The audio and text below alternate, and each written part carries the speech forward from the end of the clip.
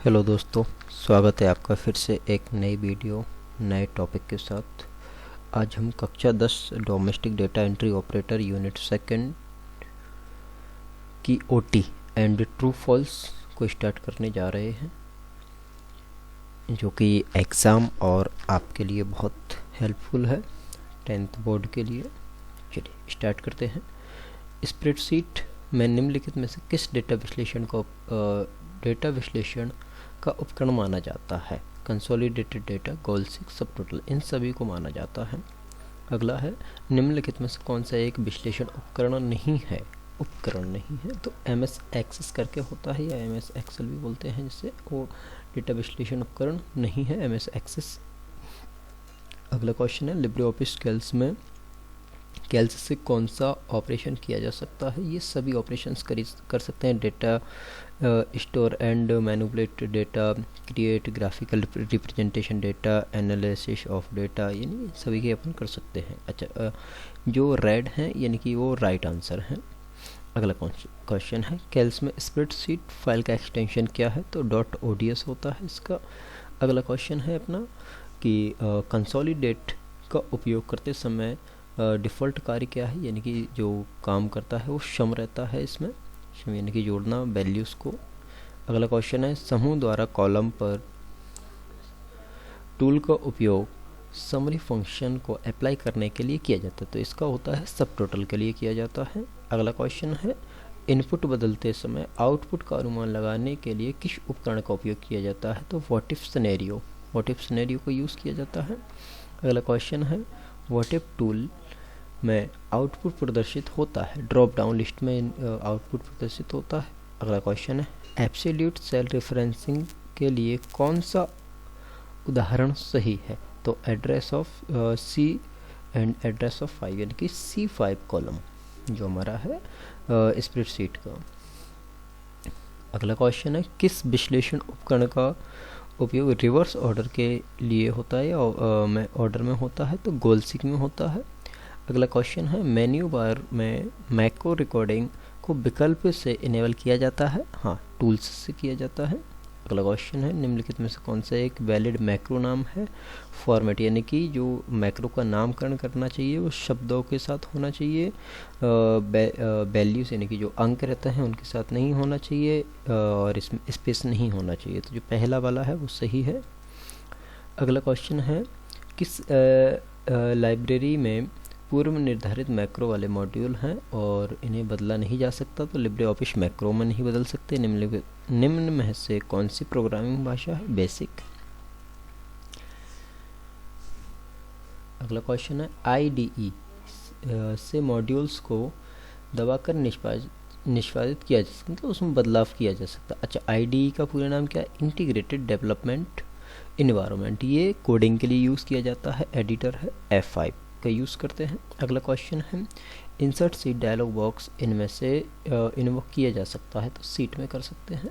अगला क्वेश्चन है, Libre office कैल्स में मौजूद स्प्रेडशीट से किसी अन्य स्प्रेडशीट में जंप करने के लिए, यानी कि एक पेज से दूसरे पेज पे जाने के लिए हाइपरलिंक का यूज़ किया जाता है। अगला क्वेश्चन है, किस फाइल के पाथ में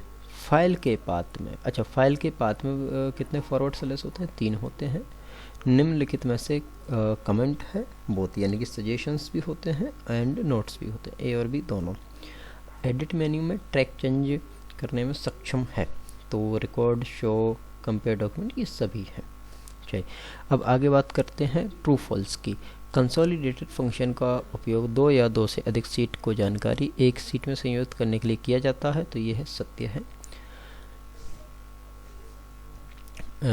अगला क्वेश्चन है, डेटा को देखने व तुलना करने के लिए कंसोलिडेटेड का उपयोग नहीं किया जा सकता? ये असत्य है, कर सकते हैं। अगला क्वेश्चन है, स्रोत डेटा से लिंक की जांच की जाती है यदि स्रोत डेटा में कोई बदलाव किया हो और टारगेट सीट को अपडेट कर दिया जाता हो? तो ये सत्य है स्टेटमेंट। कैल्स में सब टोटल का उपयोग सॉर्टिंग है तो फिल्टर डेटा का उपयोग करने की आवश्यकता है? तो ये स्टेटमेंट गलत है, असत्य है।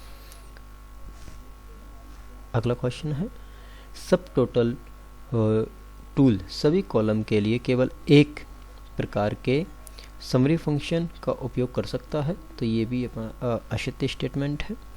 एक सीट के लिए केवल एक ही परिदृश्य बनाया जा सकता है, तो ये भी असत्य है, एक से अधिक बना सकते हैं।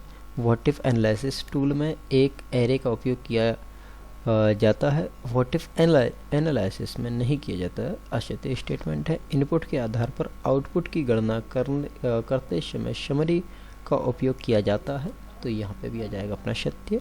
अगला क्वेश्चन है, गोल सीक विश्लेषण उपकरण यानी कि रिवर्स ऑर्डर में काम करता है जो आउटपुट के आधार पर इनपुट ढूंढता है, तो ये स्टेटमेंट अपना सत्य है। कैल्स में स्प्रेडशीट फाइल का एक्सटेंशन ओडीएस होता है, सही है, सत्य है। कंसोलिडेट का उपयोग करते समय डिफ़ॉल्ट फंक्शन एवरेज है, कंसोलिडेटेड में असत्य, ये सम है इसमें। अभी अपन ने एक क्वेश्चन ओटी में भी देखा था, तो वो डिफ़ॉल्ट फंक्शन सम होता है इसमें। अगला क्वेश्चन है, कैल्स में ग्रुप और आउटलाइन का उपयोग चयनित डेटा के रूप में रेखा तैयार करने के लिए किया जाता है। अगला क्वेश्चन है ये, तो ये स्टेटमेंट सत्य है। अगला क्वेश्चन, व्हाट इफ विश्लेषण टूल में आउटपुट को एक ही सेल में दिखाया जाता है, असत्य है, अलग अलग रहता है इसमें। अगला क्वेश्चन है, व्हाट इफ विश्लेषण टूल सेल्स के दो एरे का उपयोग करता है, दो सेल के यानी कि करता है, सही बात है। समूह द्वारा कॉलम पर सब टोटल टूल का उपयोग समरी फंक्शन को अप्लाई करने के लिए किया जाता है, स्टेटमेंट सत्य है। एमएस एक्सेल एक डेटा विश्लेषण उपकरण नहीं है, तो ये स्टेटमेंट गलत है। अगला क्वेश्चन है, गोल सीक से विशिष्ट आउटपुट के लिए इनपुट का पता लगाने में मदद मिलती है, सत्य है।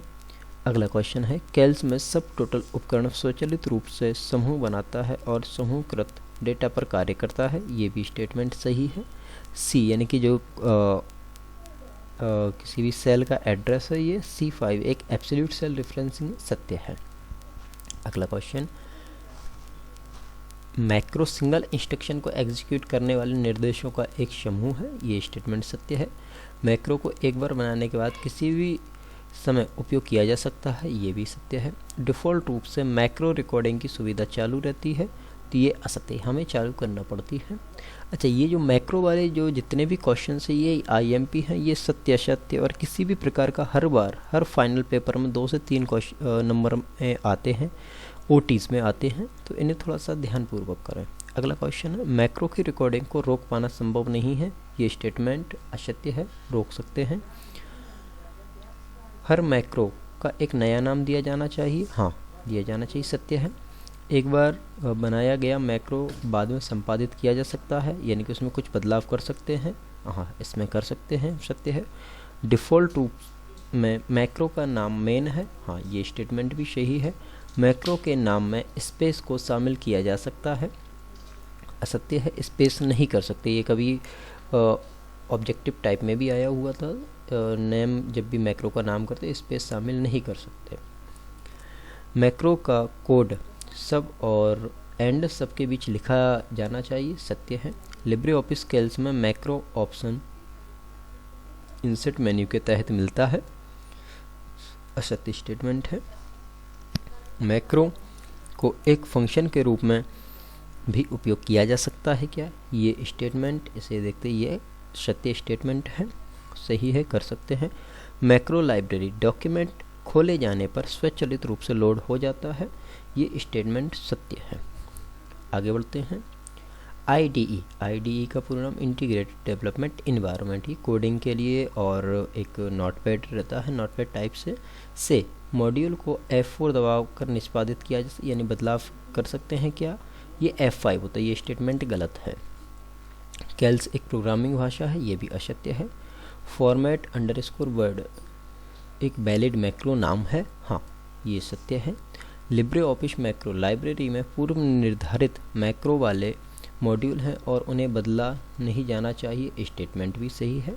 मैक्रो नेम हमेशा एक अक्षर से शुरू होना चाहिए, यस ये स्टेटमेंट भी सही है। फॉन्ट शैली को एक मैक्रो के अंतर्गत रिकॉर्ड नहीं किया जा सकता, ये स्टेटमेंट असत्य है।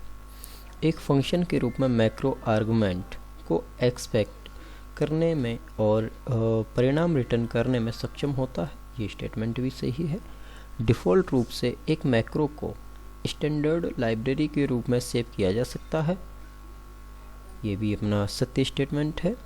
मैक्रो के कोड को संपादित करना संभव है, सही है, इसे कर सकते हैं। मैक्रो को इनेबल करने के लिए फॉर्मेट मेन्यू का उपयोग किया जाता है, ये स्टेटमेंट असत्य है। मैक्रो ऑर्गेनाइजर हमें एक मॉड्यूल को जोड़ने व हटाने की अनुमति देता है, स्टेटमेंट सही है। चलिए, थैंक यू गाइस। इसी के साथ ये अगली जो हमारी स्लाइड और जो अगली क्लास रहेगी वो हमारी रहेगी सही जोड़ी पर जोड़ी मिलाइए, और इसके बाद क्वेश्चन आंसर देखेंगे जो फाइनल पेपर के लिए बहुत आईएमपी क्वेश्चंस रहने वाले हैं, जो बहुत जल्द आपके सामने आने वाले हैं। और इस सेशन या जो पुराने सेशन हुए हैं, अगर उसमें किसी भी प्रकार के कोई डाउट है तो आप मुझे कमेंट करके या जो भी आपके मैसेज हैं आप मुझे मैसेज करके आप आपकी जो भी क्वेरीज हैं वो आप पूछ सकते हैं। ओके, इसी के साथ थैंक यू गाइस।